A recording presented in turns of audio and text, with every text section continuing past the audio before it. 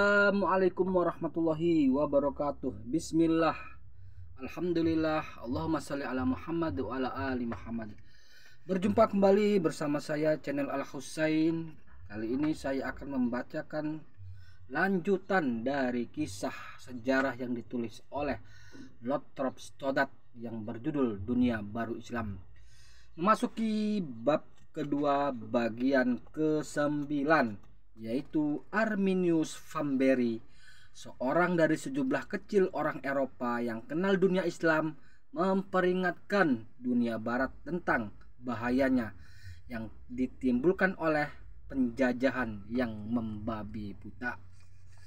Bismillahirrahmanirrahim. Terhadap peradaban Islam ini, seluruh umat Islam terikat erat. Dalam pengertian luas, pan-Islamisme bersifat universal.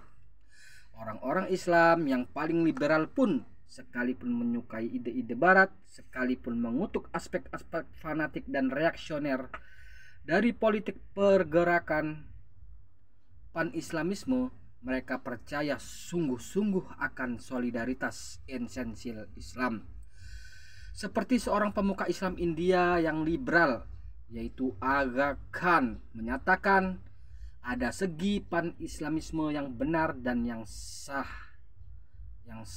yang dimiliki oleh mukmin sejati, yaitu teori ukhuwah Islamiyah dan persatuan seluruh umat Nabi.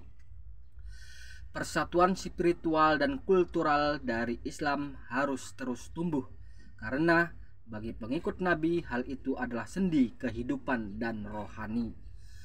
Apabila demikian, sikap Muslim liberal yang betul-betul mengetahui tentang kebudayaan Barat dan terbuka bagi kemajuannya, bagaimanakah gerangan perasaan masa Islam yang bodoh, reaksioner dan fanatik?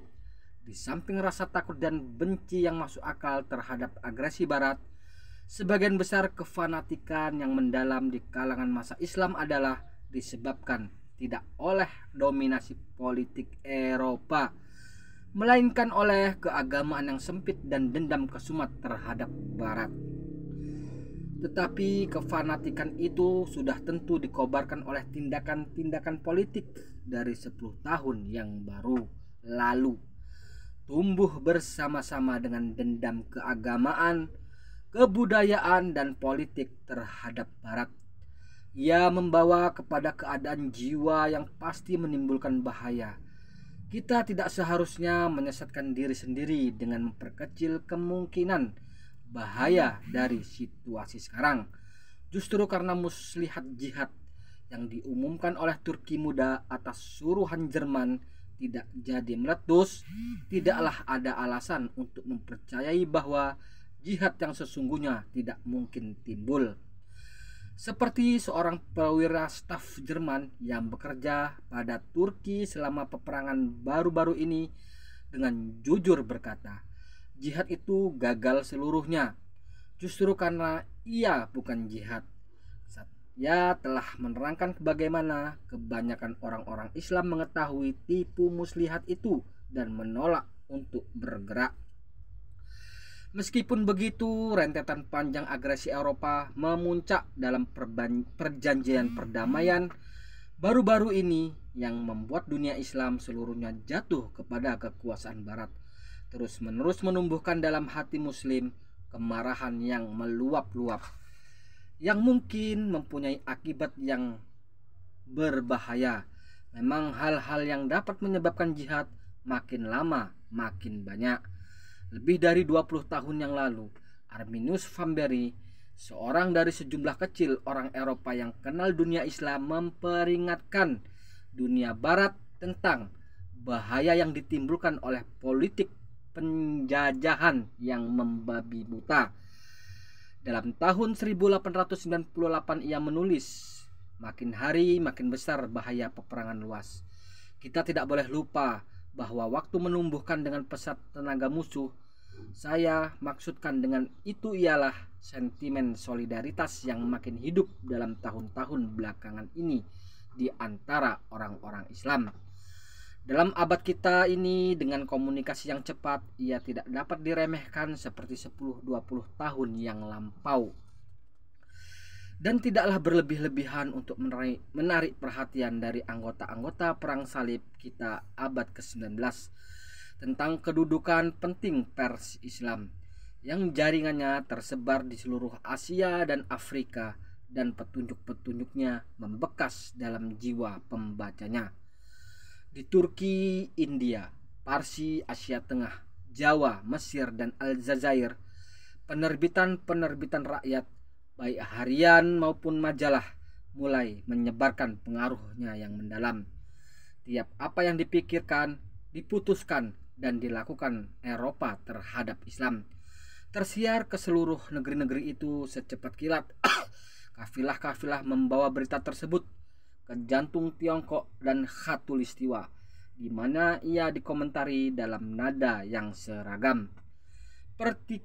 Percikan-percikan api yang tercetus dalam pertemuan-pertemuan dan pesta-pesta kita menjadi penjala, sedikit demi sedikit bertambah berkobar nyalanya. Dari itu tidak dapat dimaafkan manakala kita menutup mata terhadap bahaya yang mengintai. Apa yang ditulis oleh Tarjuman di Krim diulang kembali oleh Iqdam di Istanbul, kemudian dikomentari secara luas oleh The Muslim Chronicle di Kalkuta. Memang ikatan pan-islamisme kini terdiri dari tali-tali halus dan bercerai-berai, tetapi agresi barat dapat menjatuhkan tali-tali itu menjadi himpunan yang kukuh yang akan meletuskan peperangan besar. Puluhan tahun semenjak Van Berry menulis apa yang termaktub di atas, keadaan makin menjadi tegang. Kegarangan muslim atas dominasi barat makin menjadi-jadi. Ia diperkuat oleh aspirasi-aspirasi nasional yang boleh dikatakan hampir tidak dikenal selama abad yang lalu. Selanjutnya ia memiliki cara-cara propaganda yang efisien sekali. Misalnya pers pan-islamisme yang disinggung Van Berry berkembang dalam bentuk yang luar biasa. Dalam tahun 1900 dalam seluruh dunia Islam terdapat tidak lebih dari 200 harian propaganda. Dalam tahun 1906 jumlahnya menjadi 500. Sementara dalam tahun 1914 ia menjadi lebih dari 1000. Demikianlah sejarah yang ditulis oleh Lothrop Stoddard.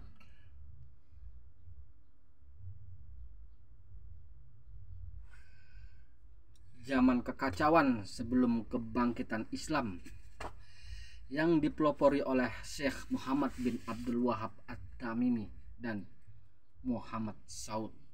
Semoga kita bisa mengambil pelajaran dari kisah tersebut.